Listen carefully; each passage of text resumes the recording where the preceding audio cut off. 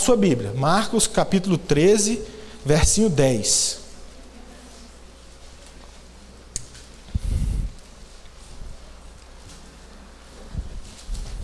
A Bíblia fala muito sobre... Foi muito profetizada a vinda de Jesus. Tem alguém que contou, não fui eu. Diz que fala umas 800 vezes da vinda de Jesus na Bíblia. E a Bíblia fala da segunda vinda de Jesus 3 vezes mais, 2.400 vezes. Se fala muito mais então da segunda vinda de Jesus do que a primeira vinda. É um assunto que a gente não trata muito. Esse versinho que a gente vai conversar dele hoje, ele está plantado entre o início das dores, que apontam então que parece que Jesus está voltando, e a segunda vinda dele. No meio dessa notícia está plantado esse versinho, Marcos capítulo 13, versinho 10. Eu quero te convidar, porque essa palavra é importante, e o ex-presidente falou que vale a pena ser lida e relida, né? Eu quero te convidar então para a gente ficar de pé mais um pouquinho. Juntos nós vamos ler esse versinho, naquele esquema de ontem. Eu vou ler uma vez, todos juntos, quando eu terminar vocês leem uma segunda vez, e nós vamos orar. Diz assim então a palavra de Deus, Evangelho de Marcos, capítulo 13, versinho 10. Mas é necessário que primeiro o Evangelho seja pregado a todas as nações. Vocês. Mas é necessário que primeiro o Evangelho seja pregado a todas as nações. Vamos orar. Deus, traz laranjas para a gente, Pai. Fala conosco, Deus. Nos dá algo fora da regra essa noite, porque o Senhor é treinado no impossível, Deus. Então, se o Senhor quiser, essa noite, a gente pode não ter sementes levadas por Satanás, nem sementes com raízes fraquinhas demais, nem sementes afogadas pelos espinhos, Deus. Frutifica essa palavra, Pai. Em nome de Jesus. Amém. Podem se assentar.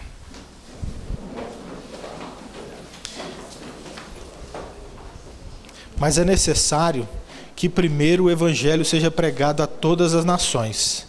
O tema que os meninos me deram é: pela cruz eu anuncio boas novas. E o assunto de missões, hoje como missionário, ele é muito gostoso para mim, eu acho bacana demais, e ele já é desenhado no meu coração de um jeito prático. E por eu ter um raciocínio lento e de pouca inteligência, eu entendo de jeito prático, eu tento fazer esqueminhas na minha cabeça. Por exemplo, quando eu quero discipular alguém, eu aprendi isso com um índio. O que você tem que explicar para a pessoa? O que você tem que falar? Ele tem que conhecer a Cristo, ele tem que seguir a Cristo, ele tem que falar de Cristo. Então, pequenos esquemas práticos, para mim, me dão um norte, para eu tentar fazer o meu trabalho. Então, pensando nisso, eu dividi esse versinho em 5 perguntas práticas sobre a evangelização. 5 perguntas práticas para a gente poder, então, anunciar essas boas novas. 5 perguntas práticas. A primeira pergunta que eu quero dividir com vocês é: o que pregar? O que nós vamos pregar? Olha o que o verso diz. Mas é necessário que primeiro Vou fazer de novo, e aí eu convido vocês para vocês falarem que eu ficar caladinho, tá bom? Mas é necessário que primeiro seja pregado a todas as nações. O que nós vamos pregar? O Evangelho. O Evangelho. O que é o Evangelho? Que a turminha que está aqui, que foi na escola dominical, o que a gente aprendeu? Eu não aprendi nessa época, aprendi depois. O que a gente aprende que é o Evangelho? Saiu o xoxinho, mas é isso aí. Boas novas, não é? Boas novas. O Evangelho, então, ele é uma notícia e boa, né? Ele não é uma notícia, ele é uma notícia boa. Teve um cara na Bíblia, ele era pastor na época, já velho. O nome dele era o nome de um dos caras dos Trapalhões, o Zacarias. Ele era pastor. Ele tinha uma esposinha chamada Isabel. Isabel. Isabel também era velhinha. E Isabel era estéril. Ela não podia ter. Um dia, apareceu um anjo, por nome Gabriel, e falou assim: ó, Zaca, você vai ser pai. Ele falou assim, tem a história toda, né? Perdeu a voz, coitado. Ele falou, você vai ser pai. Na hora que ele fechou a conta na cabeça dele, pai, Isabel velha, estéril, o negócio, a conta não fecha. O anjo veio trazer uma boa notícia. Olha o que diz o versinho de Lucas 1,19. Respondeu-lhe o anjo: eu sou o Gabriel, prazer, que assisto diante de Deus, e fui enviado para falar-te e trazer-te estas boas.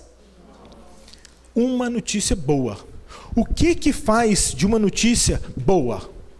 Por exemplo, uma notícia de morte é boa? Gostei. Fulano morreu. Oh, tristeza.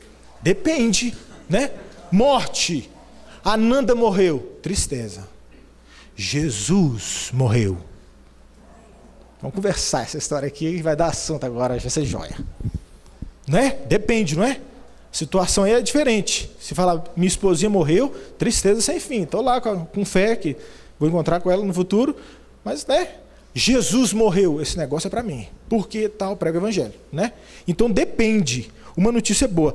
Por exemplo, se eu estou andando diamante, meninas, vou ter uma conversa com as meninas aqui agora. Meninas, diamante é bom. Falei de casamento no começo, lembra? Diamante é bom, não é, meninas? Diamante é legal. Vamos supor que você está andando no deserto, muito quente, muita sede, muita fome, mais fome do que sede. Aí você chuta, na sua caminhada, você chuta um saquinho no deserto, um pacotinho. A hora que você abre, ele está cheinho de diamantes. Bom demais, né? Só que você está no deserto, você não sabe nem se sai dali para tirar onda com aquele diamante.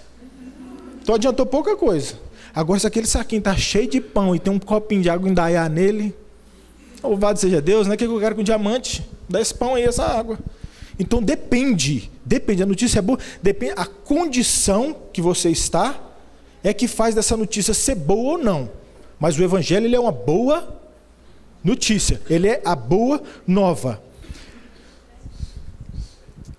Perceba então que a gente precisa entender a condição que nós estamos para que essa notícia seja boa. Eu me converti tarde. Eu achava que eu não era pecador. Eu achava que eu era um cara legal. Apesar das bobagens que eu fazia, mas pô, eu tenho boa índole, eu falava. Não, eu sou xarope, mas eu tenho uma boa índole. Eu não sou pecador. Se a minha condição então não é de pecador, quando alguém vinha me falar, Jesus morreu por você, eu falava, xarope. É me dar diamante no deserto, entendeu? É me dar nos dias de morte, morreu. Legal. Para mim, a condição que eu estava, eu não concebia que aquilo era importante. Agora, se eu entendo a minha condição, aí essa notícia se torna boa. Se eu me entendo como pecador. Aqui, nesse lugar de campo que a gente está, essas lâmpadas normalmente atraem muitos mosquitos. Quanto mais escuro lá fora, mais a luz fica fascinante aqui dentro, não é? Para elas, assim é a boa nova. Se eu entender a minha condição de pecador, sujo, escuro, quando falam, Jesus morreu por você, eu corro para lá.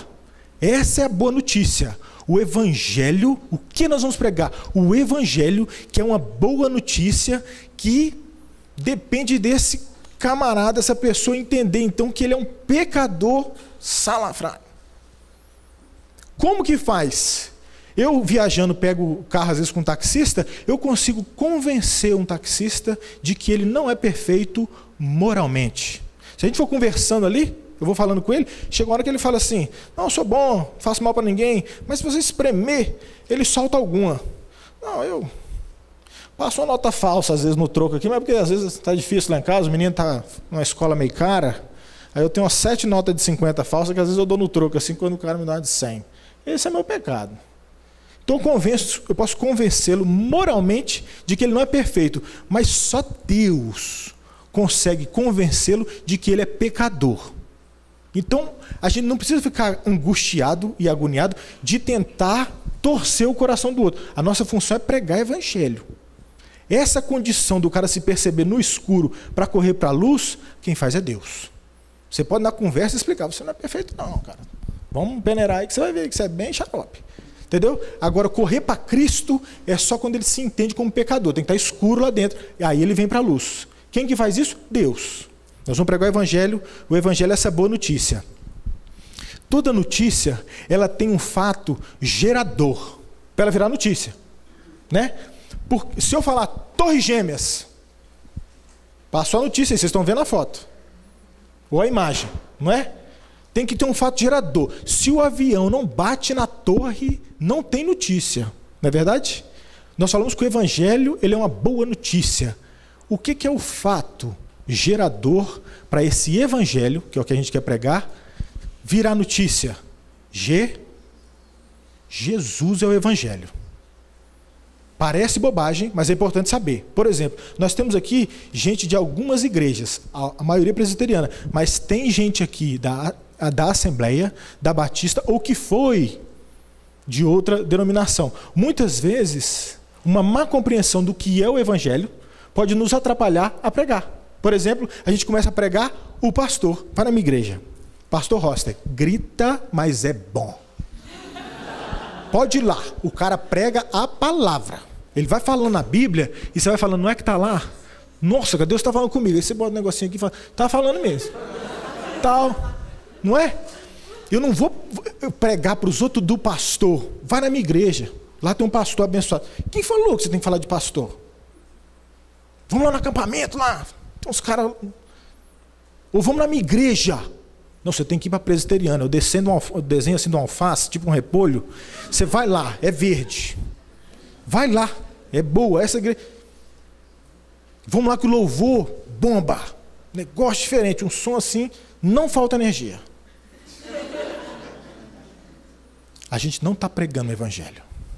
Uma má compreensão do que é o evangelho vai me fazer não pregar o evangelho.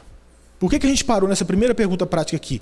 O que eu vou pregar? Porque a gente precisa saber o que é o evangelho. Nós vamos pregar o evangelho. O evangelho é uma boa? O que é o evangelho? Jesus. Jesus é o evangelho. Se você for falar alguma coisa, fala de Jesus. No mínimo duas coisas. Vamos pensar numa porta. Uma porta ela tem que ter no mínimo, de madeira, vamos pensar, 2 dobradiças, não é? Se ela não tem 2 dobradiças, ela não trabalha como porta. 2 dobradiças, bem encaixadas, é que dão o movimento da porta. Tem 2 notícias que você tem que dar, no mínimo, a respeito de Jesus. Dá um jeito de encaixar na conversinha lá, para que você comunique o evangelho.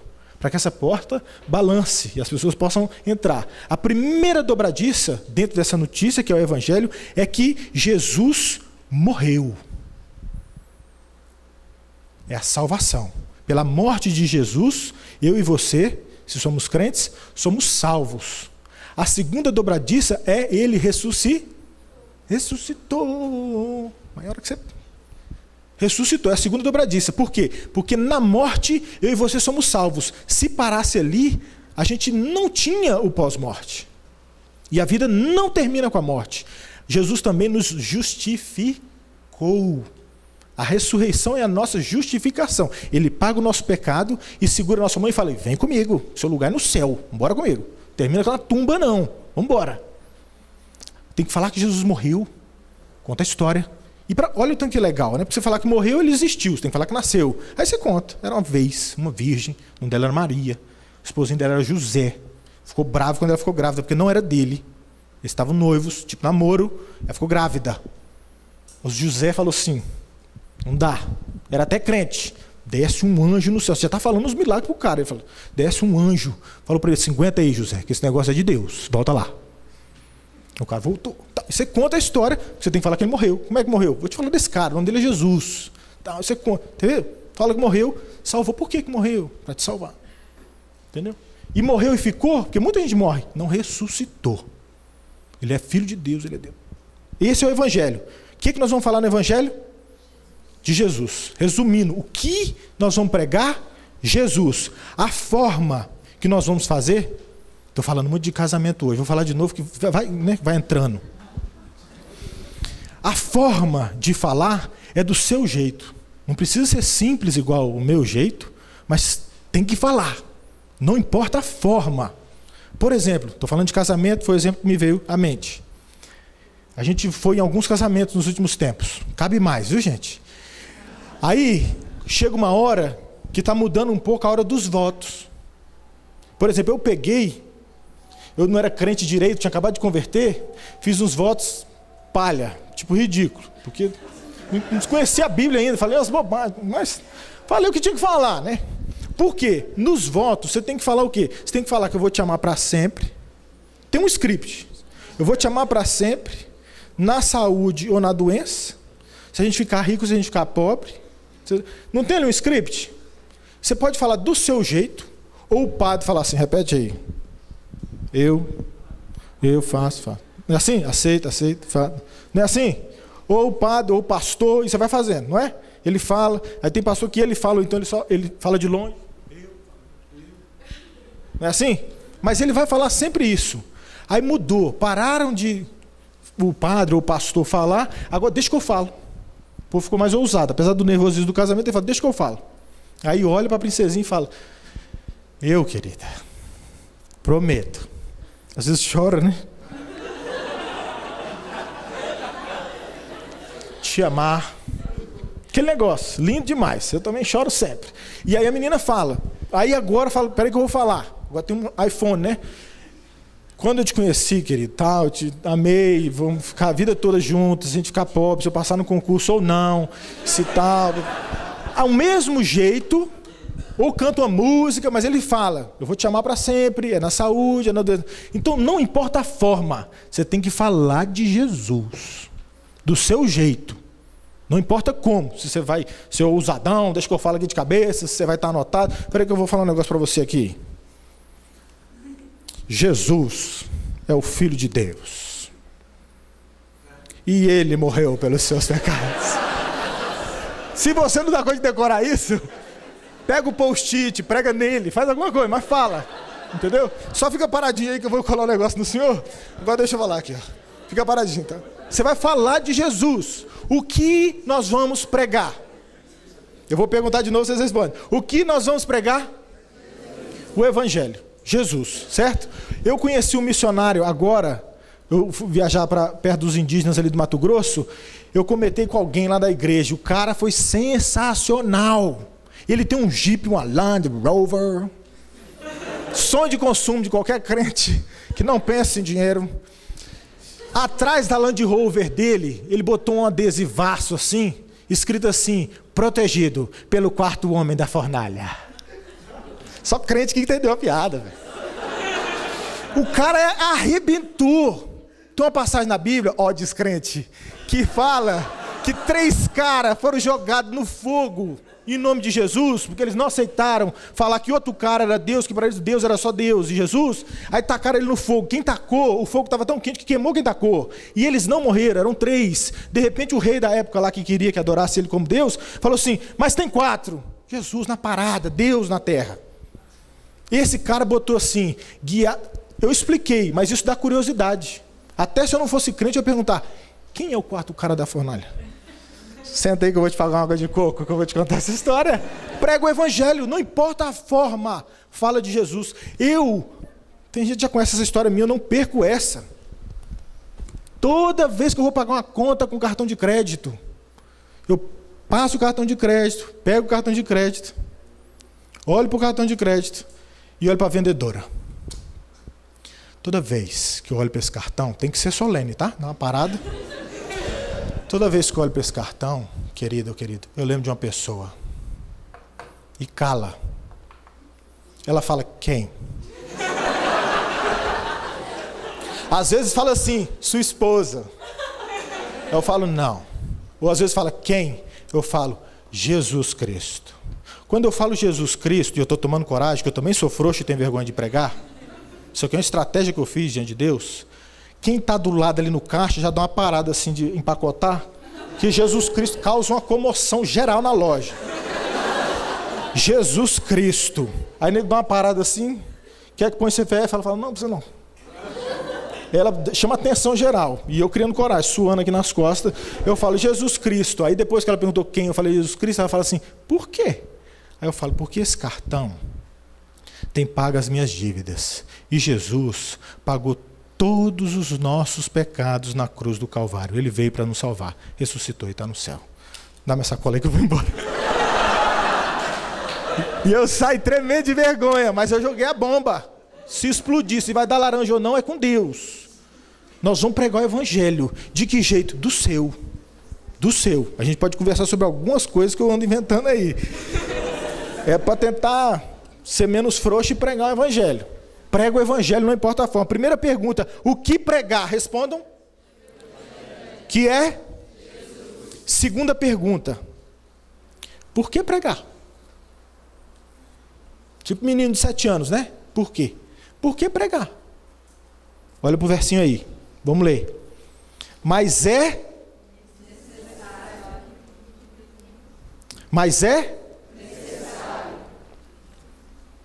Porque é necessidade.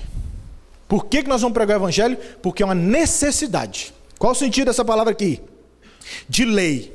Sentido obrigatório. Tem que fazer. Tipo uma ordem. Esse sentido de anunciar boas novas, todo pregador, eles dão uma explicaçãozinha pra gente, que é como se fosse um rei que vem e conquista um reino, e normalmente no tempo de antigamente ele vinha e conquistava as grandes cidades, conquistava com o exército dele, chamava os arautos, quem anunciava a mensagem, falava assim, moçada, espalhou aqui agora geral, na floresta geral, em viela, vila, cidadezinha pequena, conquistei a capital, avisa para todo mundo que agora tem um novo rei na parada aqui. Manda se render. É assim que eles ilustram essa notícia, essa boa nova. E os caras iam anunciando, atenção, povo de Sucupira, se converta, porque tal. Entendeu? Agora, se o rei que manda, fala para você, orelha seca de luxo, e fala assim, vai dar esse recado na vila tal. E você fala o quê? Hoje não. Não vou não, seu rei. Tô tipo triste. Feeling bad. Hashtag fica a dica, como é que é? Não vou não. É uma ordem. Você é orelha seca, você obedece. Você é serviçal. Você é servo, você não é rei. Rei é Deus. Ele fala, prega o evangelho. O que você faz? Prega. Mas eu não gosto do programa. É seu, igual brócolis, você tem que comer. Vai pregar. Por que pregar o evangelho? Porque é uma necessidade nesse sentido de lei. Eu estou mandando, você tem que fazer. É assim. Normalmente, a gente tem alegria e prazer em pregar o evangelho. Mas tem dia que nos falta alegria e nos falta prazer. O pastor que é pregador, não é todo dia que ele está animadão para pregar, não. Eu que sou missionário, tem dia que tem que aconselhar ou viajar, que eu queria ficar na minha casa com a minha princesa e o senhor Wilson, o cachorro mais legal do Brasil. Mas eu tenho que ir. Tudo que eu queria era ser missionário. Mas tem dia que me falta alegria e me falta prazer. Eu sou um pecador de verde. Eu tenho que ir por obediência. Vocês estão... Tá tendo um delay, não tá? Ou então daltonismo. Nós temos que obedecer. Por que nós vamos pregar? Porque lei é para fazer. Pensa um camarada no alistamento militar, fez 18 anos, estão achando que vão se livrar os moleques, e não vai se alistar não. Não, eu vou pular, passo, não vou não. Vai ter que assistir a propagandinha dos caras de verde capinando o lote lá e falando, vem para a Força Armada, você também. Tem que alistar. Se tiver pechada, está livre. Se não, tem que ir. É ordem, é lei. Outra coisa, além de ser esse sentido de ordem, mas é necessário. Por que pregar? Porque é necessário uma ordem. Tem um sentido também de circunstância. É aquele negócio que está acontecendo e te dá um negócio aqui por dentro que você fala, eu tenho que falar. Eu tenho que falar. É quando alguém está batendo no menino, é quando um cadastro está desamarrado, ou, por exemplo, como aconteceu comigo lá um exemplo lá do Rio Negro, na Amazônia. Os indígenas usam muito o Rio Negro, a Gabi e alguns comigo, a Cíntia, a Dani. Quem mais foi para a Amazônia aí, para o Rio Negro? Levanta a mão, a Kedma, Lívia. Conhecer o Rio Negro. O Rio Negro parece Coca-Cola passando assim, que você dá, se ninguém olhar, você testa. É negro. Lindíssimo. As meninas têm foto. Aí eu pensei na ilustração porque os indígenas usam muito as águas do Rio Negro ali para tomar banho. Eles têm um negócio de 4 da manhã tomar banho, coisa de índio, programa de 4 da manhã. Eles dão um duchão no rio gelado e vão, sei lá, fazer o quê? Patrocinado pela FUNAI. Programa de índio. Os caras vão para o Rio Negro, eles usam muito o Rio Negro.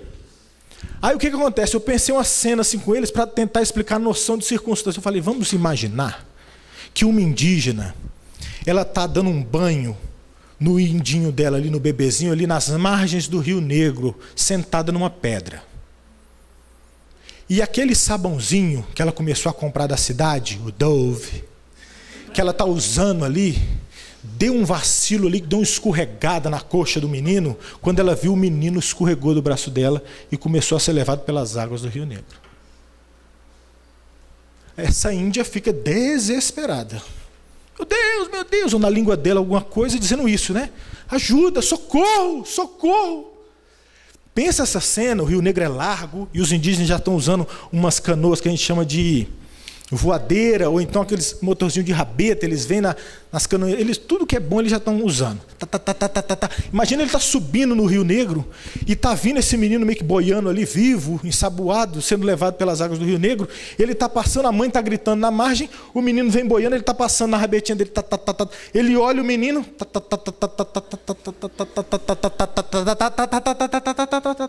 louco? O que a mulher fala assim? Tá louco? Como que você não para e não ajuda o menino? É esse o sentido desse é necessário que você prega o evangelho. Essa circunstância de necessidade brutal que tem gente lá fora sendo levado pelas águas caudalosas do Rio Negro. E a gente chupando pirulito, Mateus. E a gente chupando pirulito. Deixando almas serem levadas pelas correntes do Rio Negro para o inferno a galope. É esse o sentido. Por que nós vamos pregar o evangelho? Porque tem que pregar. E o mundo está gritando, me salva, me salva. E você peraí que eu tenho que malhar.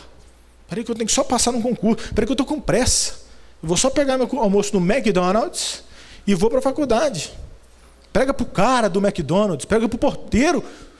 Prega, tem que pregar, obrigatório. Combinado? Primeira pergunta, o que nós vamos pregar?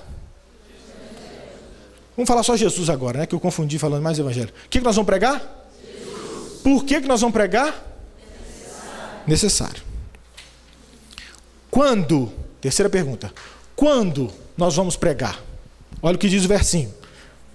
Todos vocês, 1, 2, 3 e...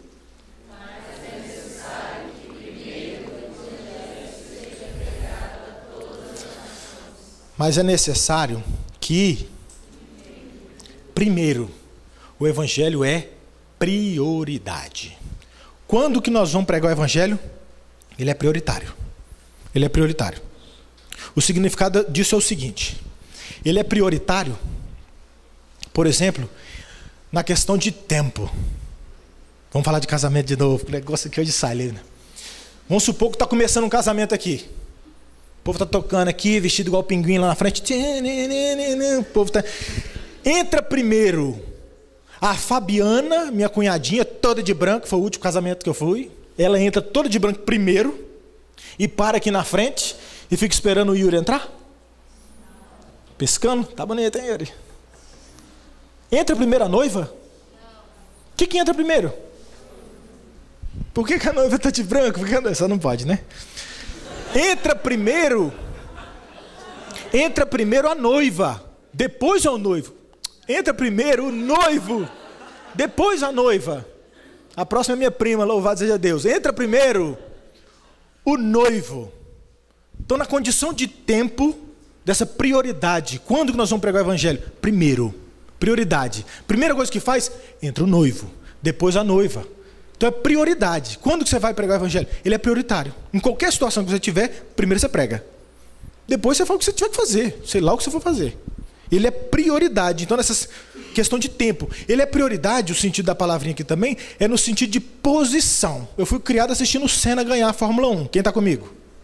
Senna, sou da época do Senna. Quando eu assisti aquilo, era batata. Tinham 3 lugares no pódio. Qual que era o do Senna? Então não tem um lugar ali diferente para ele? É esse sentido também da palavra. Se é primeiro em tempo, é primeiro também em posição. Se você olha, fala, é o Senna lá no primeiro. Segundo, a gente esquece. Terceiro, então, só estoura o champanhe e tenta fazer mais graça para aparecer. Não é? É o primeiro, essa prioridade, o sentido também em posição. E a outra é no sentido também de honra. Banco, trabalhei em banco. O banco, ele tem uma fila, que é a fila de causar ou ódio ou tratar longanimidade, que é a fila do especial, que é para o cadeirante, gestante ou velhinho. Você sabe que você tem que deixar, mas você está na fila ali um tempão, né? E o velhinho chega e cumprimenta todo mundo, que ele não faz nada. Bom dia, tá tranquilo? Tá tranquilo? Tá tudo bem? Legal.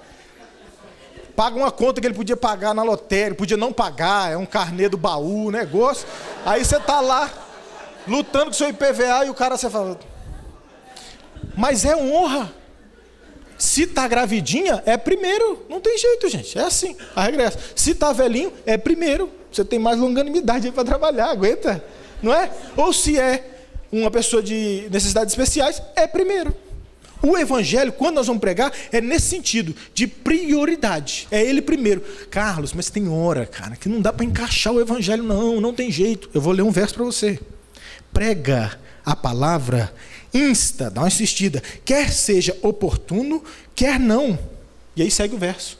Prega o evangelho, se você achar fácil ou difícil, se tiver vontade ou não, de todo jeito, prega.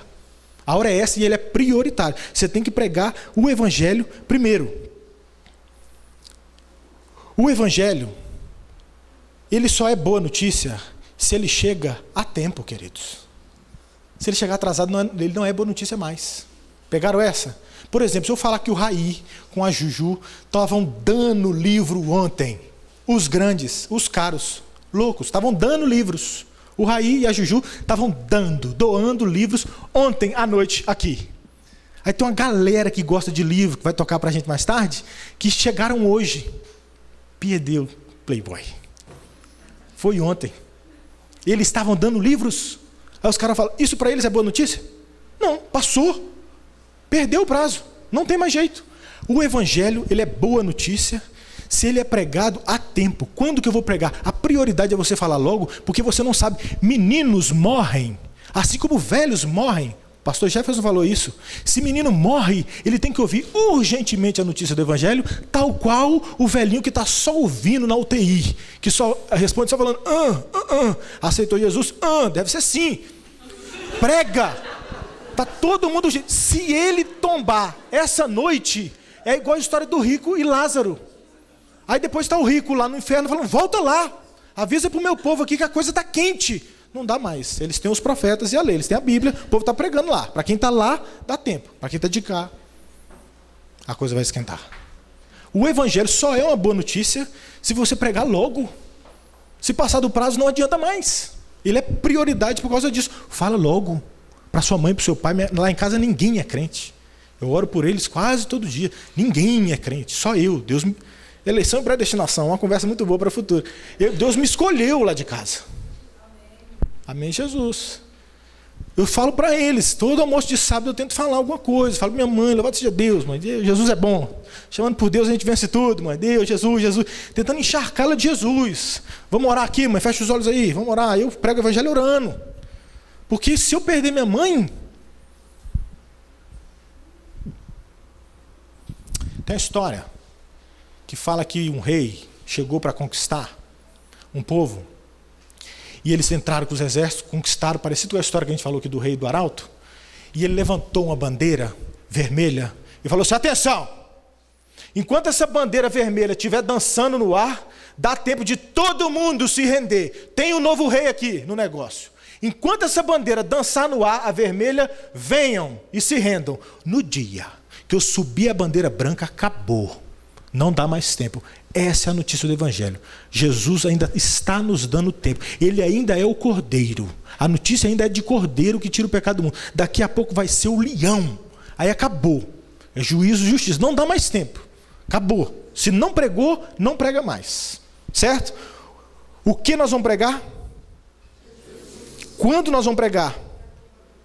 Pode ser agora, para falar prioridade. né? Hoje à noite, prega o colega do quarto, vai que esse cara não é convertido, prega para ele. Nós vamos pregar o evangelho. Quarta pergunta, acho que é isso, né? Isso, quarta pergunta, por que pregar? Depois, quando pregar? Quarta pergunta, como nós vamos pregar? Olha o que o verso diz. Leiam todos vocês mais uma vez, por gentileza.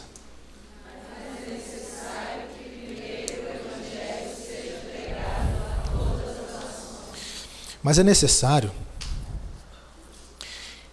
que primeiro o evangelho seja pregado.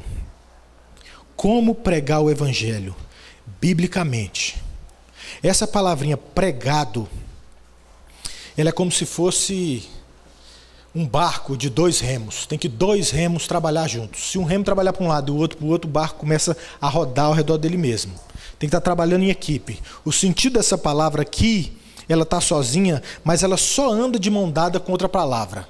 Uma passagem paralela a essa, no Evangelho de Mateus, diz assim: e será pregado este Evangelho do reino por todo o mundo para testemunho a todas as nações. É pregado e testemunho. As palavrinhas que estão por trás do sentido de como que a gente vai pregar, e a minha resposta é biblicamente, é que essas palavras significam querigma e martíria. Nós vamos pregar querigmaticamente e martiricamente. O que isso quer dizer? Querigmática é o sentido de proclamação. É mais difícil da gente aprender, porque a palavra é diferente. Querigma, querigmaticamente. É no sentido de proclamação, é de anunciar. Nós vamos pregar então falando, anunciando o evangelho. A outra, que é martírica, já é mais fácil. Quando eu falo martírio, você lembra de quê? Mártir, não é? Mártir não é alguém que sofre por alguma causa, então é mais fácil associar. A primeira é proclamação, querigmática, querigma. A outra é martírica, testemunho. Tem que andar de mão dada. A proclamação com o testemunho. É assim que se prega o evangelho. Muitas vezes a gente só faz um, mas não tem testemunho. Ou tem testemunho, mas não abre a boca. Não fala de Jesus. As duas têm que andar juntos, a proclamação e o testemunho. A proclamação, esse querigmática, querigma, é você pregar a palavra de um jeito inteligível. Jesus não se faz de doutor para lavadeira. Ele não chega para uma lavadeira e fala, no início dos tempos, houve um negócio, não. Não, ele senta com ela ali debaixo de uma pedra e fala, passa o sabão. E começa e fala, o que você faz para lavar a roupa? Que a sua é branca. Aí ele fala, e tira tudo? Não fica mancha nenhuma? Ele fala, não. Aí Jesus falou que assim, eu conheço um alvejante também muito legal. O que foi? O meu sangue. Só que não limpa roupa não, limpa é alma, pecado, esses negócios. Já experimentou? A mensagem de Cristo por toda a Bíblia, nas palavras, o jeito dele conversar, é desse jeito que toca dentro do seu coração. Fala muito mais do que Jesus morreu pelos seus pecados. Pecador, miserável. A mensagem ela tem que ser, entendeu? Ela tem que tocar, ela tem que ser inteligível, você tem que falar do jeito dela. Quando eu vou pregar para índio lá na Amazônia, eu piro. O que eu vou falar? Eu não estou no universo deles. Como que eu converso com índio? Não sei o que eu falo. Esse exemplo que eu criei do Rio Negro foi para tentar tocar eles, para a mensagem ser aplicável. Querigmática, uma proclamação de um jeito inteligível. Não basta eu ter uma boa mensagem e eu esculhambar na minha proclamação. Por exemplo, eu quero chamar pombos, eu encho minha mão de milho, pombo come milho, e falo, vem pombinhos, vem pombinhos, lá naquela praça da Itália, de Veneza, que é cheio de pombo. Vai embora todos, a despeito de eu estar jogando milho para pombo. Agora se eu venho, vem pombinho, e jogo o milhozinho, come na minha mão, come na minha cabeça, o pombo come milho. Querigmaticamente, você proclamar de modo inteligível que a pessoa está te entendendo, entendeu? Você se misturar com o jeito que a pessoa entende. E o martírica é essa vida com Deus. É um pouquinho do que a gente falou ontem. Se você não se parecer com Cristo, você pisa na mensagem. Estragou tudo. Estragou tudo. Fala de Jesus e é grosso, igual um portão de cemitério. Fala de Jesus e só chega atrasado. Fala de Jesus e pede para o cara do seu trabalho bater o ponto. Fala de Jesus e não perdoa ninguém. não atende ninguém, não fala com a copeira. Empregado não é gente para você. Vai pregar Jesus para quem? Tem que estar juntos, de mão dada, a proclamação e o testemunho. Por que que a gente não terceiriza a pregação do evangelho? Com tanta agência de publicidade bombando aí, chega numa agência, pega um irmão que tem negócio e fala assim: irmão, nós vamos fazer uma campanha missionária aqui agora, um negócio diferente, tremendo. Nós vamos contratar aqui a W Brasil, que é uma agência de publicidade legal, e nós vamos falar de Jesus para o Brasil inteiro. Vamos começar por baixo ali do sul, e vamos rasgando, negócio de Jesus, é panfletagem, é outdoor, nós vamos para a Globo, canal do Capeta, todos. Nós vamos falar de Jesus agora geral, vamos botar um dinheiro, contratar agente de publicidade, outdoor em Brasília. Se o Agnello põe um outdoor, a gente põe 3, 4, o negócio é nosso agora. Porque dinheiro não falta, vamos contratar. Por que a gente não faz assim? Porque não tem testemunho.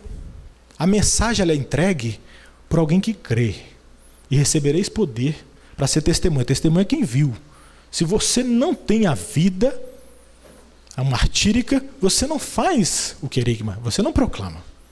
Juntos. Como que nós vamos pregar o evangelho? Querigmaticamente.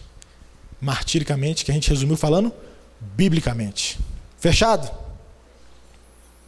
Última pergunta. A quem boceja, fique feliz. Para quem nós vamos pregar o evangelho? Vamos ler o versinho todo agora. Vai, 1, 2, 3 e...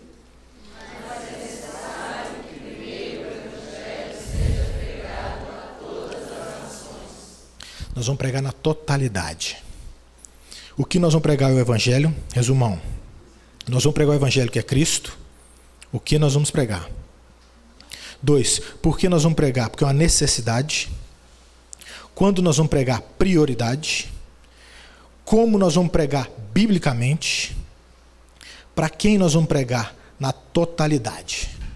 Missionário, muitas vezes eles falam assim: para onde que é o seu chamado? Parece que vai fazer uma ligação, né? Para onde que é o seu chamado? Meu chamado é para a Bósnia. Meu chamado é para a Bolívia. Meu chamado é para o Brasil. Esses dias, como aconselhamento, eu atendi uma missionáriazinha que ela estava triste mesmo, depressão, tristeza na alma, porque ela queria ir para Guiné-Bissau. E não estava tendo jeito dela ir.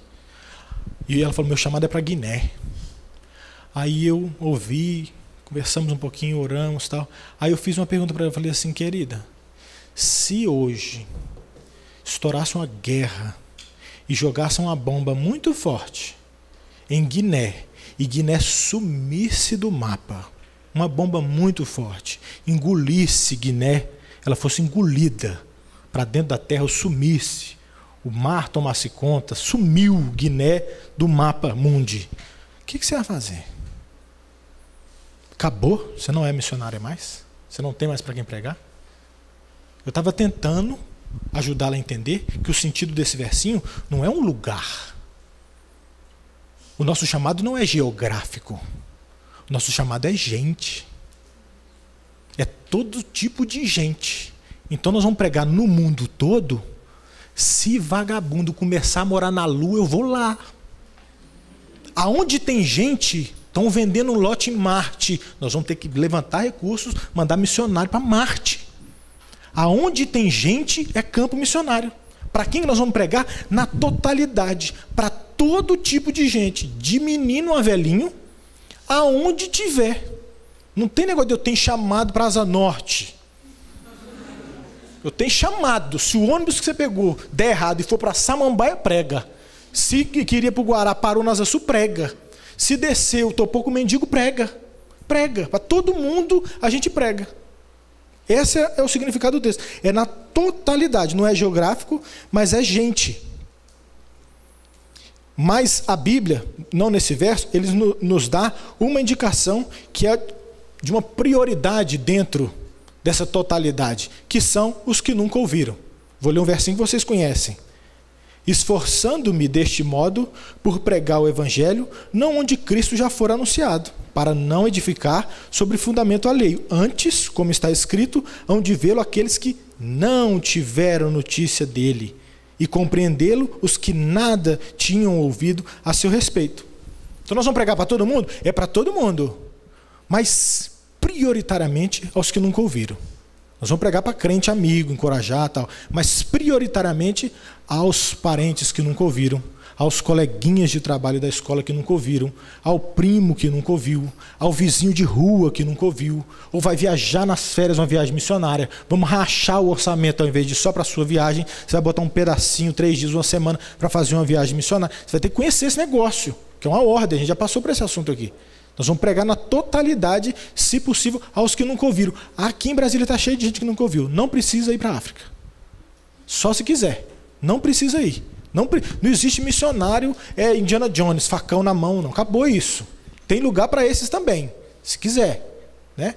Mas é na totalidade para todo mundo, prioritariamente aos que nunca ouviram. Uma dica prática que eu queria dar é que você precisa ser específico. Porque quando a gente fala assim... Eu perguntei para alguém hoje, está fazendo o quê? Estou estudando para concurso. Qual? O do Banco do Brasil. Que dia que é a prova? Tal. O que você está estudando? Tal matéria. Você tem que dissecar a sua prioridade, para quem você vai pregar. Senão fica muito etéreo. Tá bom, Carlos, então eu vou pregar. Então vamos pensar no seu caso. Carlos, essa noite, Deus colocou espinho no meu travesseiro e eu acho que eu não prego. E eu fiz um negócio com Deus, e eu vou pregar, e a Bíblia diz que eu fazer negócio com Ele e não cumprir é melhor não ter feito. Então, acho que eu vou fazer mesmo. E eu vou pregar. Para quem? Não, aí você tem que definir, você precisa ser específico. Eu vou pregar, Carlos, para a moça que mora em frente à minha casa. Definir o alvo. Como que você vai fazer? Ela é brava, mas ela gosta de flores. Então, uma vez por semana, eu vou comprar flor até eu descobrir quais que ela gosta. E vou deixar lá de presente. Um dia eu compro margaridas, outro dia eu compro flores do campo, outro dia eu compro rosa, e eu vou descobrir. Até o meu foco eu conseguir falar de Jesus para ela. Eu vou ganhar confiança, construir um relacionamento, uma ponte firme entre eu e ela, para então atravessar o trator, que é o peso da notícia do Evangelho. Eu não vou chegar falando assim, então eu sei que ela gosta de flor. Eu sei que o cara gosta muito de lavar o carro, o marido dela. Eu vou dar uma cera para encerar o carro. De presente. Vizinho, te vejo sempre lavando o carro? Está aqui uma cera legal, para você dar um brilho aí. Também gosto de carro. Então você vai definir uma pessoa, até você tomar o não. Só que como não é namoro, você toma o não e você troca, vamos para a próxima. Aqui no Evangelho você prega, porque você não sabe quanto que Deus muda a chave. Eu fiquei namorando com a Fefe quase 3 anos. Ela louca, eu não sabia quando eu ia me converter. Desobedecendo a palavra de Deus. Não se namora com não crente. Louca, ela saiu do círculo da bênção e foi para o círculo da misericórdia de Deus. A gente não sabe, a gente não evangeliza no namoro. Não existe isso. Fato é que, nesse tempo, eu não tenho uma data, em algum momento a ficha caiu. Como? Eu ficava ouvindo o pastor Everson pregar. Eu ficava vendo o testemunho dos outros, a proclamação com o testemunho. O nego era crente. O nego faz as coisas. Eu falo, não tem cerveja em acampamento, não tem os negócios, não rouba, não paga 10%. Eu falei, que bicho é esse? Até o dia que a ficha caiu. O crente, você precisa ser específico. A dica prática que eu estou dando, então, nessa totalidade. Escolhe para quem você vai pregar. Eu estou pregando para o Garfa, meu parceiro de squash há 7 anos. Eu acho que está cada dia mais perto. Cada dia eu estou mais perto dele. Eu vou falando, já preguei, e prega de novo, e de novo, e de novo, até morrer. Mas eu tenho que ter a pessoa. Se você não tem a pessoa, você não define a estratégia para ela. Está com ela, já falou 1, 2 vezes, a prioridade não é aos que nunca ouviram, você continua pregando, talvez uma vez por mês, tal, e vamos pegar aqui agora o que nunca ouviu. Agora é o seu Wilson que mora aqui no 3º andar. Odeia menino. O que esse homem gosta? Palavra cruzada. Ô, seu Wilson, viu uma palavra cruzada aqui que o senhor está sempre com ela na mão, tem essa aqui, ó, só palavra difícil, hein, seu Wilson? Estou pensando em trazer um inglês depois para o senhor, está falando só português, né, senhor? Descobre. Está percebendo que para pregar o evangelho você tem que tirar o olho de você?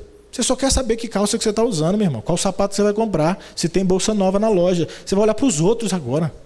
Se ela gosta de bolsa, para de comprar bolsa para você e dá uma bolsa da marca que ela gosta. Eita, acabou. Acabou a mensagem, Carlos. Fazer uma mulher parar de comprar bolsa para ela para dar uma bolsa para outra. Sem chance. Presente até 50, né? É tirar os olhos da gente, olhar para o outro. Nós vamos pregar na totalidade, é para todo mundo. Eu vou tentar pensar aqueles que nunca ouviram, que estão pertinho de mim, vou investir na vida deles e tentar descansar só a hora que ele falar assim, onde que é a igreja mesmo? Que esse negócio é de Deus, eu quero ir nesse negócio aí. Fechado? Uma história para terminar, que eu gosto de história. Os morávios foram os caras que tinha uma igrejinha, e eles nos ensinaram duas coisas, os morávios.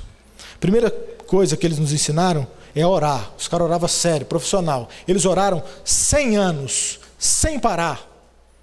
É para rachar a cara de vergonha. 100 anos sem parar, os morávios pregaram.